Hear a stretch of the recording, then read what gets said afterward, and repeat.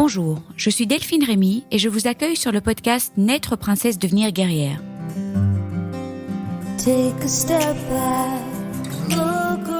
Le podcast qui parle de coups durs, de rebonds et de la maladie autrement. J'ai skippé une semaine parce que j'avais un peu trop sur le feu et ça m'a permis de rediffuser l'épisode 51 sur la génétique, l'oncogénétique et la notion de risque qui s'adresse à toute personne touchée par un cancer. C'est une notion si abstraite et subjective et elle dépend tellement du vécu de chaque personne.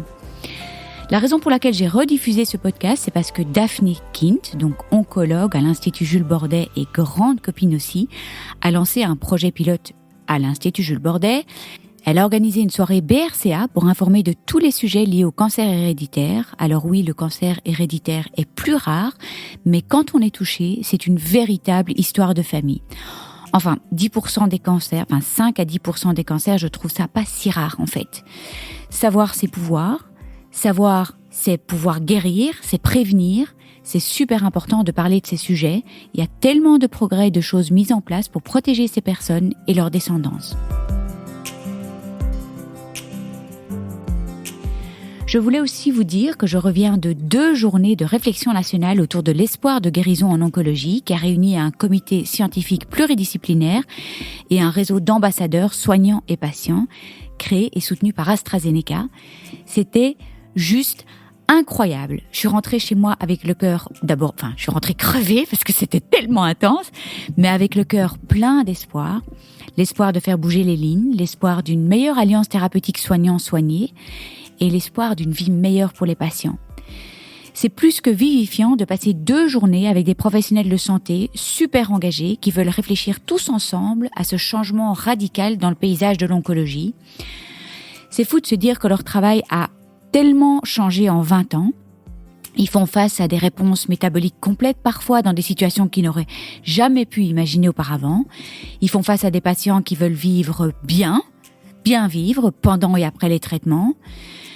Comme les patients, ils font aussi face à une incertitude grandissante, tandis qu'avant, il y avait la certitude qu'il n'y avait pas d'espoir. Il y a 20 ans, il y a 30 ans. Aujourd'hui, c'est différent. On est face à des patients qui vivent avec la maladie. Qu'est-ce que les soignants doivent leur dire? Est-ce qu'ils sont guéris? Est-ce qu'ils sont en rémission quand il y a des réponses métaboliques complètes? Du coup, le patient c'est incertain pour lui aussi. Il s'est dit, mais voilà, est-ce que ça va revenir? Est-ce que je vais rester comme ça? Donc, il y a vraiment une incertitude grandissante. Malheureusement, on n'arrive pas encore à soigner tous les cancers, mais il y a des avancées absolument extraordinaires et ça change vraiment le paradigme pour les patients et pour les soignants. Alors, comment parler d'incertitude et soutenir l'espoir? C'est tout un programme passionnant. On a évidemment longuement débattu autour de la notion d'incertitude et d'espoir qui peut revêtir tant de sens. Nous avons parlé de guérison, de rémission, de communication, d'aidants, des différents types de personnalités des patients et des médecins, de chronicisation ou vivre avec la maladie, de soigner versus guérir, d'écoute, d'empathie, de compassion, du concept de non-curativité remis en question et plus encore. Mais nous avons surtout parlé de vie, parce que c'est de cela dont il s'agit avant tout. Je remercie encore de tout cœur l'équipe d'AstraZeneca qui travaille d'arrache-pied depuis 2 ans sur cette réunion nationale. Merci à tous les professionnels de santé aussi, patients et philosophes présents qui ont largement contribué à la réussite de ce brainstorming fécond, productif et extrêmement positif. Je vous tiendrai évidemment informé de la suite du projet et j'ai juste envie de dire long life to espoir de guérison. Ce n'est qu'un début et on a vraiment commencé en force. Et puis, le podcast de la semaine, Mélanie.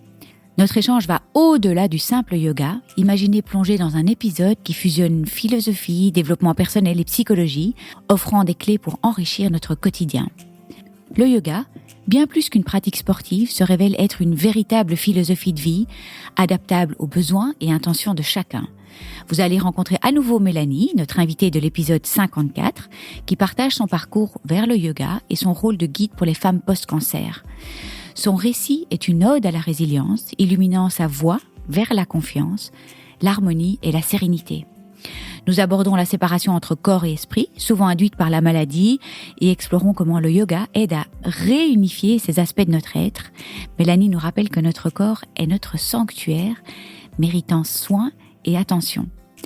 Est-ce que vous avez déjà remarqué à quel point nos émotions sont intimement liées à notre corps ? Stress, tristesse, joie, chaque émotion sculpte notre être physique. Ce podcast est une caresse pour l'âme, discutant de yoga bien sûr, de l'importance du soin de soi, de la gratitude, de l'effort conscient, de la spiritualité, mais bien plus encore. On explore les postures emblématiques du yoga, chacune portant une essence et une fonction unique, tant sur le plan physique que psychique. Je vous invite vraiment à vous laisser envelopper par la voix apaisante de Mélanie, qui partage ses découvertes personnelles vers une vie meilleure. Sa quête du bien-être est une source d'inspiration pour nous tous, nous invitant à trouver notre propre voie vers l'équilibre et la joie. Je me réjouis de vous retrouver mercredi sur toutes les plateformes d'écoute et je vous embrasse bien fort.